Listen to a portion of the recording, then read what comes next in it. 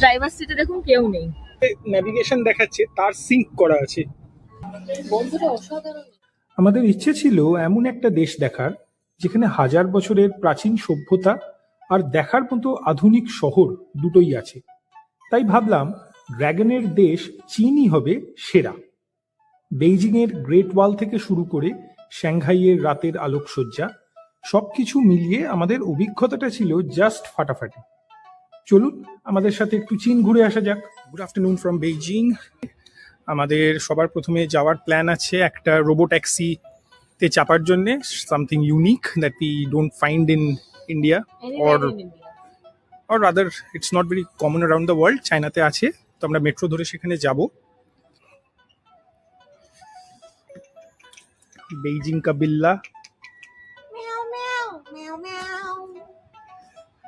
meow meow meow meow meow meow। Cat food দেওয়া আছে। আমাদের বাড়ির দুটো বেড়াল, দুটো কেন অনেকগুলো বেড়াল, দুটো বাড়িতে থাকে, বাকিগুলো খেতে আসে, তাদের জন্য মনটা একটু খারাপ।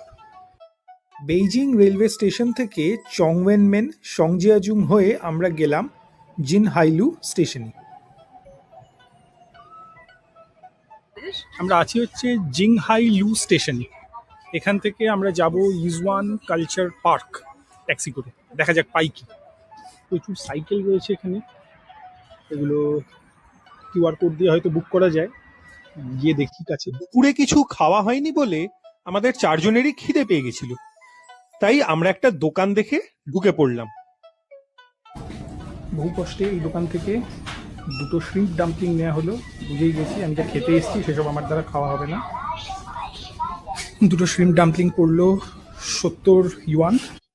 এই শ্রিম্প ডাম্পলিংসগুলো আমাদের চায়নার প্রথম প্রপার মিল।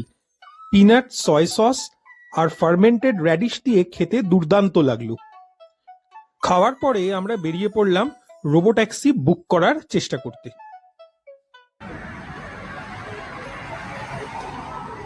এই যে কালো যে গাড়িটা আসছে, এইটাই আমাদের রোবো ট্যাক্সি। রোবো ট্যাক্সিটা আমরা বুক করেছিলাম উই রাইড কোম্পানির অ্যাপ থেকে।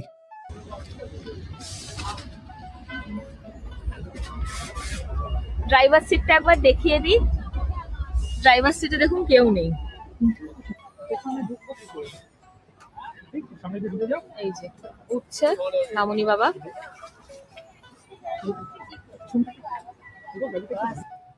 গাড়িতে উঠে পিন এন্টার করার পরে দরজা নিজে থেকে বন্ধ হয়ে গেল। এই যে গেটটা যে কন্টিনিউ করছি, গেটটা অটোমেটিক বন্ধ। সিট বেল্ট লাগানো ম্যান্ডেটরি। সিট বেল্ট লাগানোর পরে গাড়ি স্টার্ট নিল। গাড়িও স্টার্টেড। এই যে কোনো ড্রাইভার নেই। ওই যে চারজন বসে আছি।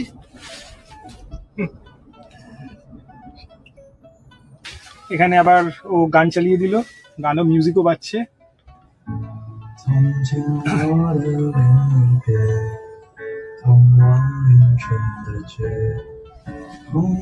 আর এই চায়নার একটা বড় সুবিধে কি, সুবিধে বলবো না, একটা টেকনোলজিক্যাল অ্যাডভান্সমেন্ট বলবো। যতগুলো সিগন্যাল আছে আপনি যদি এ ম্যাপ চালান, সিগন্যালের সঙ্গে অ্যাপের যে নেভিগেশন দেখাচ্ছে তার সিঙ্ক করা আছে। টার্ন নেবে সেই জন্য ইন্ডিকেটর দিচ্ছে। আবার দেখুন এখানে ক্যামেরা আছে, কোথায় ক্যামেরা আছে সেটাও কিন্তু এখানে ম্যাপে দেখায়। আর ম্যাপটা পুরো 3D ম্যাপ। এই যে সামনেটা দেখুন।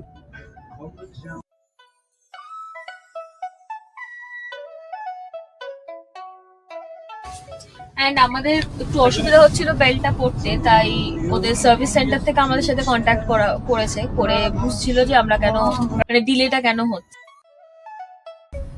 আর 90 মিটার 80 মিটার বাকি, তো এসেই গেছি একদম। এই যে এই পার্কিংটা আমাদের বাস স্ট্যান্ডের পার্কিং এ নামাবে। এই যে লোকেশনে এসে দাঁড়িয়ে গেল। আমাদের ভাড়া পড়েছিল 54.9 ইউয়ান। ভাড়া দিতে হয়েছিল উইচ্যাটের মাধ্যমে। আমরা নামার পরে গাড়ি অটোমেটিক দরজা বন্ধ হয়ে যায় অ্যান্ড পরের প্যাসেঞ্জারের জন্য বেরিয়ে যায়। আমরা এখনো ঘুরছি, এখান থেকে এবার বেরোবো। আজকে টেম্পল অফ হেভেন যাওয়ার ছিল, সেটা যাওয়া হলো না, অনেকটা দেরি হয়ে গেল। নতুন জায়গায় এলে যা হয়, ভাষাও বুঝি না, কিছুই না। সো এখান থেকে আমরা উঠে এবার যাব হচ্ছে গোমাও বলে একটা স্টেশন আছে, সেইখানে দুটো বড় বড় মল আছে বেসিক্যালি, তো সেই মলে আমরা ঘুরতে যাব। আর এই চায়নার বা বেইজিংয়ের নিউ টাউনকে বাই বাই বলে যাচ্ছি।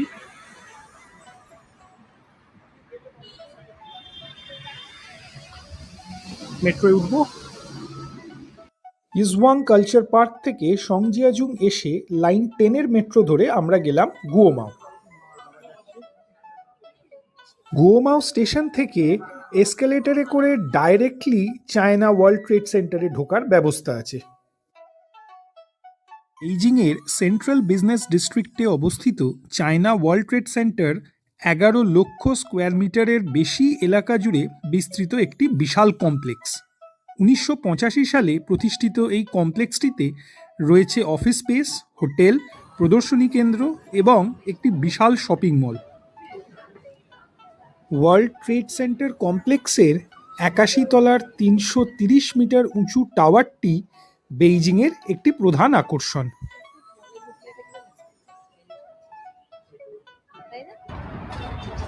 গুয়োমাও জাংশনে দাঁড়িয়ে